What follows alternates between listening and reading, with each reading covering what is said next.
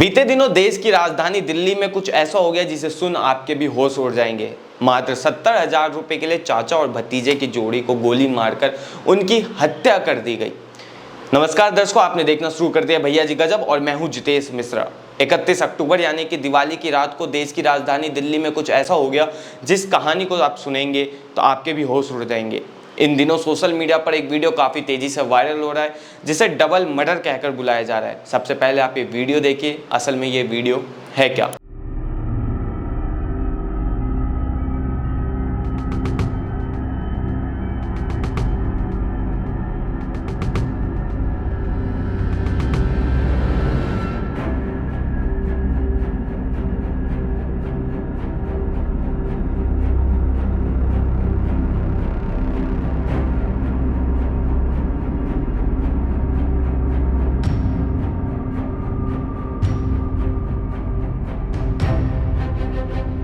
इस वीडियो में आपने देखा होगा कि दो लोग पीले कुर्ते में अपने घर के बाहर पटाखे फोड़ रहे होते हैं, तभी स्कूटर से कुछ लोग आते हैं और पैर छूते हैं। इसके पीछे की कहानी के बारे में बात करते हैं। दरअसल जिस वीडियो में आप देख रहे हैं कि जो दो लोग पटाखे फोड़ रहे हैं उनमें से एक है चाचा और एक है भतीजा। चाचा का नाम आकाश बताया जा रहा है, वहीं पे भतीजे का नाम ऋषभ बताया जा रहा है। आकाश पेशे से तो एक फाइनेंसर है और साथ में कॉस्मेटिक की दुकान भी चलाते हैं। वहीं उनका भतीजा ऋषभ 12वीं क्लास का छात्र है। वहीं स्कूटर से आपने देखा होगा कि दो लोग आते हैं स्कूटर पर सवार होकर और पहले उनमें से एक युवक आकाश के पैर छूता है और वहीं दूसरा युवक जैसे ही इशारा करता है तुरंत आकाश के ऊपर ताबड़तोड़ फायरिंग शुरू हो जाती है। जिस फायरिंग में आकाश के बेटे क्रिस जो कि मात्र 10 साल का है उसके हाथ में भी गोली लग जाती है। फिलहाल क्रिस का इलाज दिल्ली के एम्स अस्पताल में चल रहा है। वहीं आकाश और ऋषभ की मौत तुरंत हो जाती है। उन हमलावरों के पीछे ऋषभ भी भागता है पर ऋषभ को भी 3 गोली मार दी जाती है। दरअसल जो इस केस के पीछे की पूरी जानकारी सामने निकल कर आई, इसे आप जब सुनेंगे तो आप भी चौंक चुके होंगे। दरअसल जब डीसीपी सादरा ने इस मामले की जानकारी प्रेस कॉन्फ्रेंस के द्वारा दी तो उन्होंने भी कई ऐसे बड़े खुलासे किए। मृतक आकाश पर भी कई ऐसे आरोप दर्ज थे जैसे कि सामूहिक दुष्कर्म, अटेम्प्ट टू मर्डर, छेड़खानी और ऐसे कई 5 धाराओं में मामले दर्ज किए गए थे मृतक आकाश के ऊपर भी। जब डीसीपी सादरा प्रशांत गौतम ने पूरे मामले की जानकारी प्रेस कॉन्फ्रेंस के द्वारा दी तो आप सुनकर आप भी चौंक जाएंगे। दरअसल डीसीपी सादरा प्रशांत गौतम ने यह बताया कि जो मृतक आकाश है उसने नाबालिग आरोपी को किसी काम के लिए 70,000 रुपए देने का वादा किया था।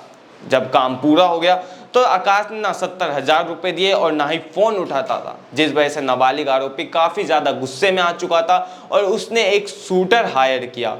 जिसके बाद 31 अक्टूबर यानी कि दिवाली की रात को वो आकाश के घर पहुंचा और नाबालिग ने पहले तो आकाश के पैर छुए, जिसके बाद शूटर को इशारा किया और शूटर ने फायरिंग करना चालू कर दिया। जिसके बाद डीसीपी सादरा ने प्रेस कॉन्फ्रेंस के द्वारा इस पूरे घटना के बारे में विस्तार से बताया। आप भी सुनिए उन्होंने क्या कहा। आकाश जिसकी मृत्यु होगी इसके ऊपर भी एक्चुअल में 6 केस हैं और पुराने, और इसका जो भाई है बड़ा योगेश आकाश का, उसके ऊपर भी मुकदमे हैं करीबन 14।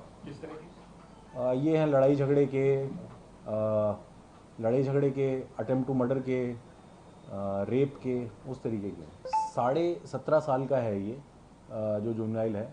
इसको इसने ही पूरी प्लानिंग करी है बेसिकली, और ये पहले भी हम लोगों को जब हमने अपने रिकॉर्ड खंगाले तो हमको पता चला कि ये पहले भी एक इस तरीके के अटेम्प्ट टू मर्डर के केस में इन्वॉल्व है। जो ये नाबालिग है, इसने शूटर कहाँ से हायर किया? क्या ये अकेला ही मास्टरमाइंड है या इसके पीछे कोई और लोग? ये देखो जांच अभी इसकी चल रही है, कैसे कैसे हायर किया। हमारे पास कुछ नाम है कि कैसे ये उससे मिला, किसने उसको मिलवाया, ये सारी चीज़ें हमारे पास हैं। वो अभी पार्ट ऑफ इन्वेस्टिगेशन है। जब तक हम लोग हाँ नहीं, अभी इस तरीके का कोई भी गैंग इसके अंदर शामिल नहीं है। ये सबसे पहले जो इसकी जो ये लड़का है जुवेनाइल, इसी की मतलब ये थी कि भाई ये बहुत ही ज़्यादा दुखी नाराज़ था इन लोगों से और कंटिन्यूसली इसको कॉल करता था आकाश को। आकाश ने इसके कॉल लेने भी बंद कर दिए, ये घर जाता था इससे मिलने से भी मना कर देता था। इस चीज़ से बहुत नाराज़ था, इसको पैसे की ज़रूरत थी। सर, आकाश को नाबालिग के कितने पैसे देने थे और वो कौन से पैसे थे? मतलब क्या कोई काम करवाया था या किस चीज़ के पैसे थे? हाँ, मतलब इनका आपस का कोई पैसे का लेन देन था जिसमें 70,000 रुपये इसको देने थे आकाश को। करीबन ये हो गया 1.5 महीने पहले की बात है।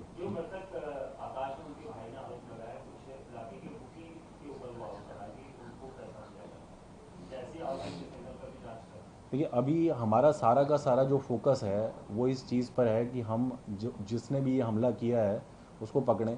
पकड़ने के बाद जो हमारे पास एक व्यक्ति ऑलरेडी है जुवेनाइल, इन लोगों को आपस में क्रॉस कराएंगे, फिर पूरी कहानी एग्जैक्टली खुलेगी, वो आपके सामने जैसे ही खुलेगी हम आपके सामने पेश कर कह सकते हैं 70,000 के लिए इस पूरे दोहरे हत्याकांड को अंजाम दिया गया। देखिए इनिशियल जो ट्रिगर है इस चीज़ को अंजाम देने के लिए, ये तो अभी यही सामने आ रहा है कि जी मेरे पैसे मेरे को नहीं मिले, तो इसकी वजह से मेरी नाराज़गी थी, मैंने प्लान किया और कल का क्राइम वो क्या था? जो जुवेनाइल मैन शूटर को अपने साथ स्कूटी बिठा के लाया था, या शूटर पहले से वहाँ मौजूद था?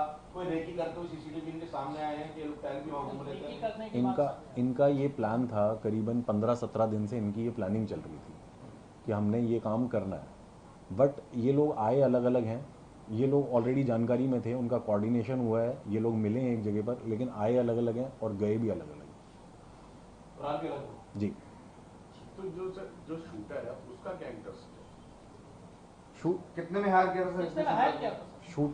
शूटर का क्या इंटरेस्ट है वो अभी हम लोग इस बात को आप लोगों के साथ डिस्क्लोज नहीं कर पाएंगे, क्योंकि एक बार हमको उसको पकड़ने के बाद ये जो जुवेनाइल हमको वर्जन दे रहा है ना, उसके साथ उसको हमको एक बार क्रॉस करना पड़ेगा। हायर करने के लिए कितने पैसे दिए थे, क्योंकि पूछताछ में बताया हूं। देखिए वो जो भी कह रहा है अभी उस बात पर हम लोग इतना यकीन नहीं कर रहे हैं, क्योंकि हमको लग रहा है कि इट इज़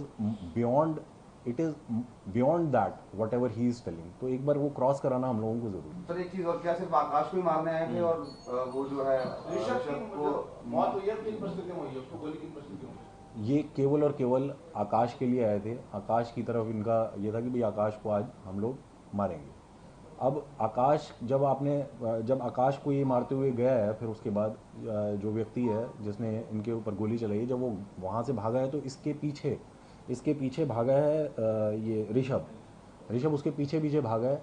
तो इस डर से कि कहीं मुझे पकड़ ना ले, ऋषभ के ऊपर उसने एक गोली चलाई है सिर्फ। सर नाबालिग का प्रोफाइल बता दिए, क्या करता था क्या नहीं करता था? नाबालिग एक्चुअल में कुछ नहीं करता था, ये भी इस तरीके की चीज़ों में, मतलब इसका भी क्रिमिनल बैकग्राउंड है। जैसा मैंने आपको बताया कि ये भी एक पुराना 307 का इसका मुकदमा है, अटेम्प्ट टू मर्डर का एक मुकदमा है इसका पुराना।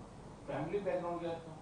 फैमिली बैकग्राउंड भी ऐसा नॉमिनल सा है, मतलब ऐसा कुछ नहीं है इसका। पिता का भी मर्डर हुआ? नहीं, इस बात की अभी राइट नाउ मेरे पास कोई जानकारी नहीं है।